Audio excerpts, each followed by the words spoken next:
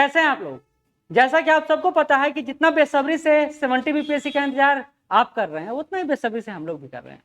Notification आने में देरी हो रहा है लेकिन आएगा जरूर और एग्जाम उसी डेट को होगा।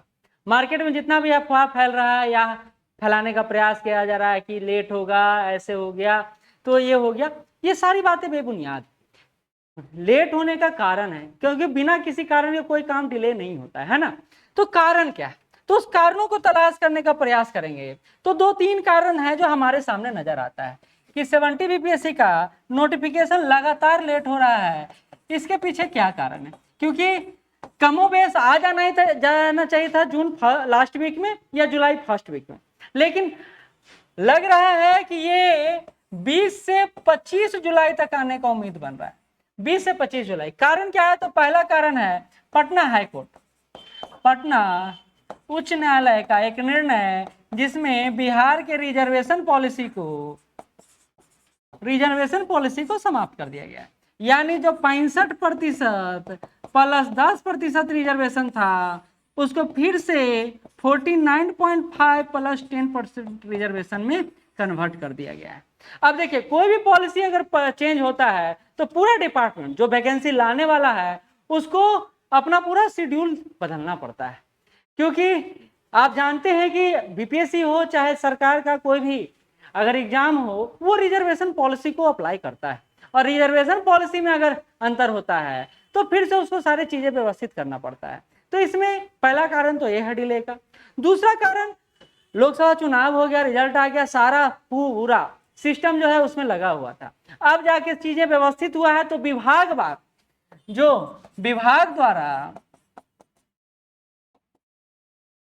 द्वारा जो वैकेंसी है अब भेजा जा रहा है बीपीएससी को।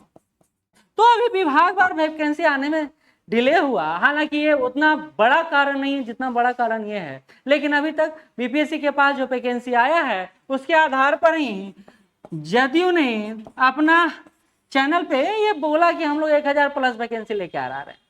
तीसरा जो बड़ा अफवाह मार्केट में है कि इस बार 2000 प्लस वैकेंसी आने का उम्मीद बनता है, उसमें कितनी सच्चाई?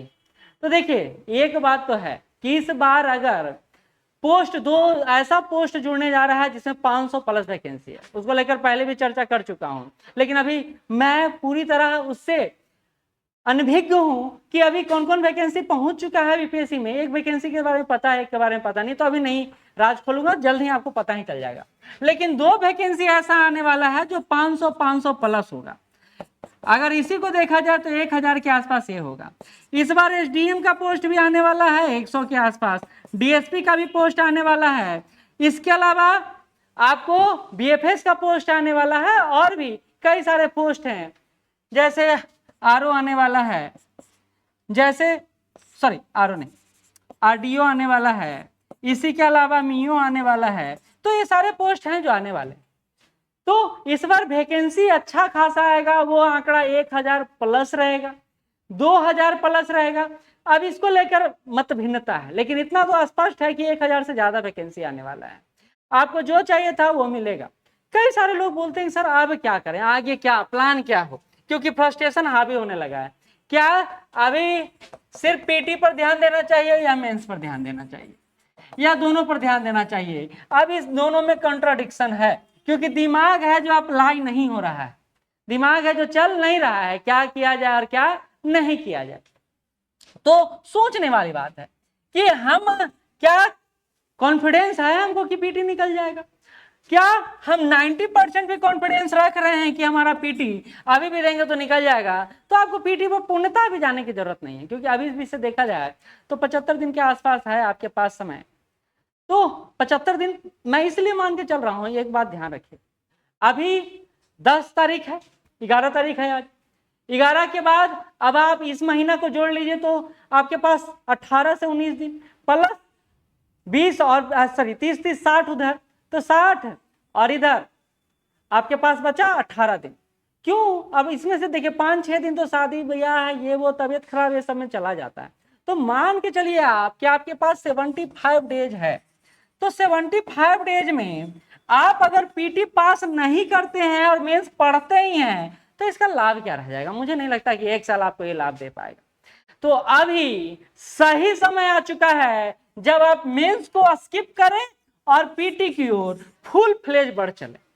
जो लोग बोलते हैं, जो लोग कहते हैं कि नहीं भाई 90% हमको लगता है हो जाएगा, लेकिन आप 90% यानी 10% आप कंफर्म नहीं है, तो ये 10% बहुत बड़ा आंकड़ा है, छोटा आंकड़ा नहीं। और ऐसे में करना क्या चाहिए? तो देखिए मैं सीधा बोलता हूं, हिस्ट्री, साइंस, बिहार स्पेशल और करंट अफेयर, ये मुट्ठी में बंद करना होता ना, जिससे छूटना नहीं चाहिए, ये छूटना नहीं चाहिए, मुट्ठी में बंद है, उस तरह का तैयारी इसलिए इस एग्जाम का हो जाना चाहिए, इस सब्जेक्ट का हो जाना चाहिए, क्योंकि यहीं से आपको 110 प्रश्न आता है। इसके अलावा पॉलिटी तो आपके साथ है ही, पॉलिटी तो 10 क्वेश्चन आपको दे ही रहा है, 10 नंबर आपको दे रहा है, बेफिक्र रहिए 10 क्वेश्चन दे रहा है। तो अगर आपका तैयारी 120 नंबर का है और आपसे हम 91, 92 लाने को कह रहे हैं, तो बहुत बड़ा आंकड़ा नहीं, लेकिन ये तैयारी पर निर्भर करता है कि आपका किस लेवल का तैयारी है। इसके अलावा इकोनॉमिक्स है आपके पास, इसके अलावा ज्योग्राफी है आपके पास, मैथ किसी किसी लोग का बहुत अच्छा होता है तो वो एक सपोर्ट में हो जाएगा, नहीं तो विरोध में चला जाएगा। तो ये सारी बातें, तो अभी जो आपके पास मटेरियल है, ज्यादा बुक ना ले, एकदम बुक का पूरा बवंडर नहीं खड़ा करें, बुक जितना है उतना ही रखें। इसके अलावा हम अपने संस्थान की तरफ से मटेरियल दे रहे हैं, आप लेना चाहे ले सकते हैं, नहीं लेना चाहे नहीं ले सकते हैं। हम लोग एक कॉम्प्रिहेंसिव वे में मटेरियल तैयार किए हैं ताकि आपको आगे जाके लाभ मिले। तो आप अभी जो आइडिया लगाइए वो ये लगाइए, जो आपके पास कंटेंट है उसका बार बार रिवीजन करें, प्रैक्टिस करें और उसको स्टडी करें। वो जितना याद है उतना अगर एग्जाम में परफॉर्म करके चले आए ना, तो टॉप करने से कोई नहीं रोक सकता है। और मैं तो कहता हूं पीटी पास करने का खेल है, टॉप करने का खेल ही नहीं है। तो इसको लेकर आश्वस्त रहें, आपकी सफलता निश्चित रूप से होगी, बस विश्वास आपको खुद पर होना चाहिए। दुनिया तो आपको कहने में लगा हुआ कि आपसे नहीं होगा, लेकिन अगर दुनिया का सुने होते तो घर से यहाँ आए नहीं होते। यहाँ आए हैं तो पास करके ही जाना है। धन्यवाद।